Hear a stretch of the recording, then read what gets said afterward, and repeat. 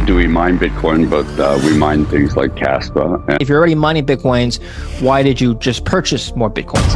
Oh, wow. Okay. Kaspa is It's a proof of work coin. It's one of the up and coming coins. Got it. Yeah, people ask us, well, why are you mining Kaspa? What the hell is that? You're a Bitcoin miner. Well, internet speed crypto. Internet speed proof of work. So you keep the same ethos, the same principles of Bitcoin, the Nakamoto system, proof of work, blocks, transactions, all the things you're familiar with. Okay, well then maybe Bitcoin isn't digital currency at all.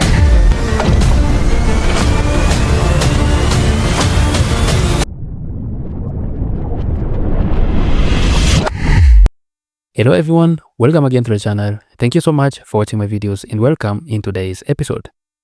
Before we go ahead, make sure to hit the like, make sure to subscribe. It really helps spread the word about Kaspa to as many people as possible. Today, we're going to be discussing something really important. Are we in a bear market or are we still in a bull market? I've seen a lot of people now calling the top. They're saying that the top was 126K for Bitcoin. If you know about how most of the bull runs end, most of the bull runs usually end with a lot of euphoria. But this time around, the bull run is ending with most of the people calling the top. So when you look at the timeline, there's a lot more people calling for the top. We haven't seen any type of euphoria. We started the year with tariffs, we went into trade wars and everything. We haven't seen any price movement when it comes to altcoins or when it comes to Bitcoin. So people are calling that the bull run is over, but I think the market is prepared to catch a lot of people by surprise.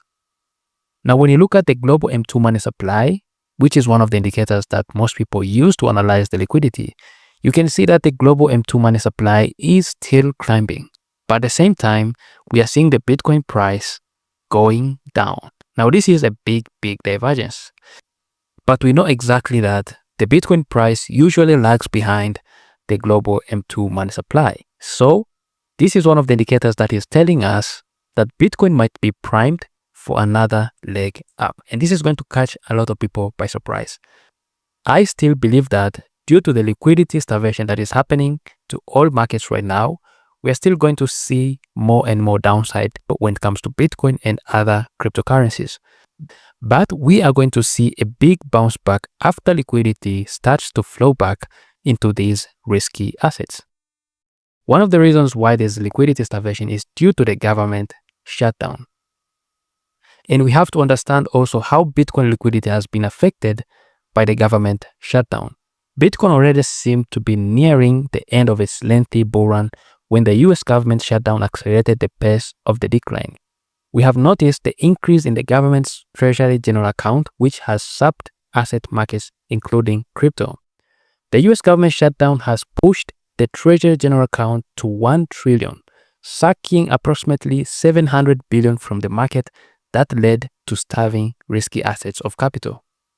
During the government shutdown, federal agencies dramatically slow or stop discretionary spending. But the Treasury General Account maintained by the Federal Reserve continues to issue debt and collect tax revenue. Cash held in the Treasury General Account represents money that's left the private financial system and is no longer sitting in the banks used for lending or being invested in the money market funds. Therefore, this creates a liquidity crisis. So what I'm thinking is that if the government shutdown ends, we could see a massive liquidity snapback, which will trigger a strong relief rally, aligning perfectly with Bitcoin's historical end-of-year seasonal strength. We could see Bitcoin back to its old levels, just above 100K or even at 126,000 or even to its new all-time highs. We have to remember that the world still runs on dollar liquidity, and when that stops flowing, even Bitcoin and other cryptocurrencies are going to be gasping for air. But the same thing happens when liquidity flows back. We see a big bounce when it comes to these risky assets. So we are seeing big experienced investors like Michael Burry. He is one of the people that correctly predicted about the US housing market collapse back in 2008. So this guy has decided to close his hedge fund and he is out of the markets. So this guy decided to close his hedge fund because he doesn't understand the markets right now.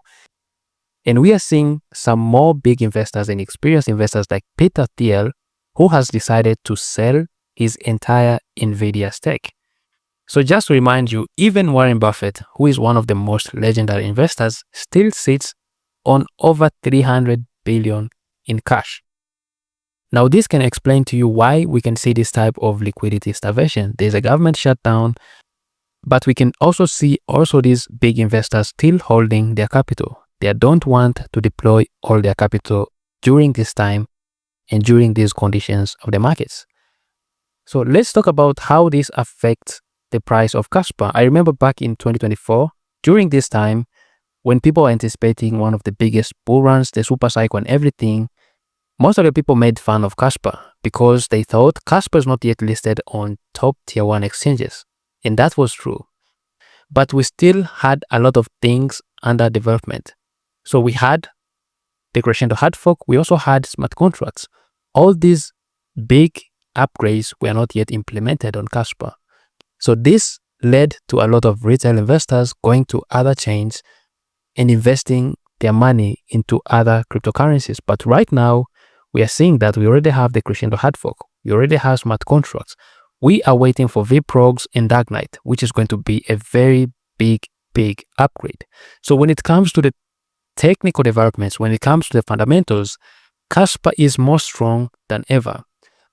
But when you look at the price history of Kaspa, you can notice that Kaspa had its bull run when other cryptocurrencies were in a bear market.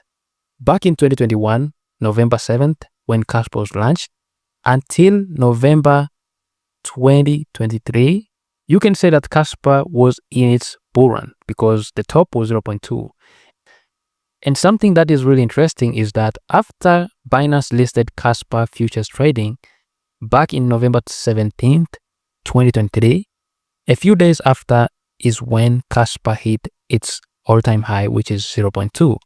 And after that, Kaspa has been going down after it was listed on Binance futures trading. So we are seeing that during the bear market, Kaspa had its bull run. And during the bull run, Kaspa had its first bear market. Kaspa went from 0.2 and it has been trading sideways, and the price of Kaspa is now at 0.4.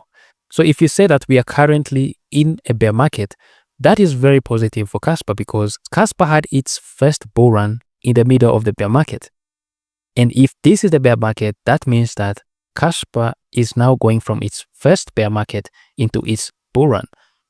So we could see Kaspa have its own bull run, just like what happened back in 2021 to 2023. So apart from Kaspa having its independent bull run, we have seen that sometimes if a cryptocurrency has strong fundamentals and has a strong ecosystem, it can have its own independent bull run, even though other cryptocurrencies are bleeding. And this happened to Zcash. But Zcash managed to continue pumping even though Bitcoin and other cryptocurrencies were bleeding. So this could also happen when it comes to Kaspa. And just to remind you, we haven't seen all these top tier 1 exchanges, and we are also seeing a lot of development, a lot of building coming from other chains onto Kaspa. And once we have liquidity back into the markets, I think Kaspa is going to be set up for a good run.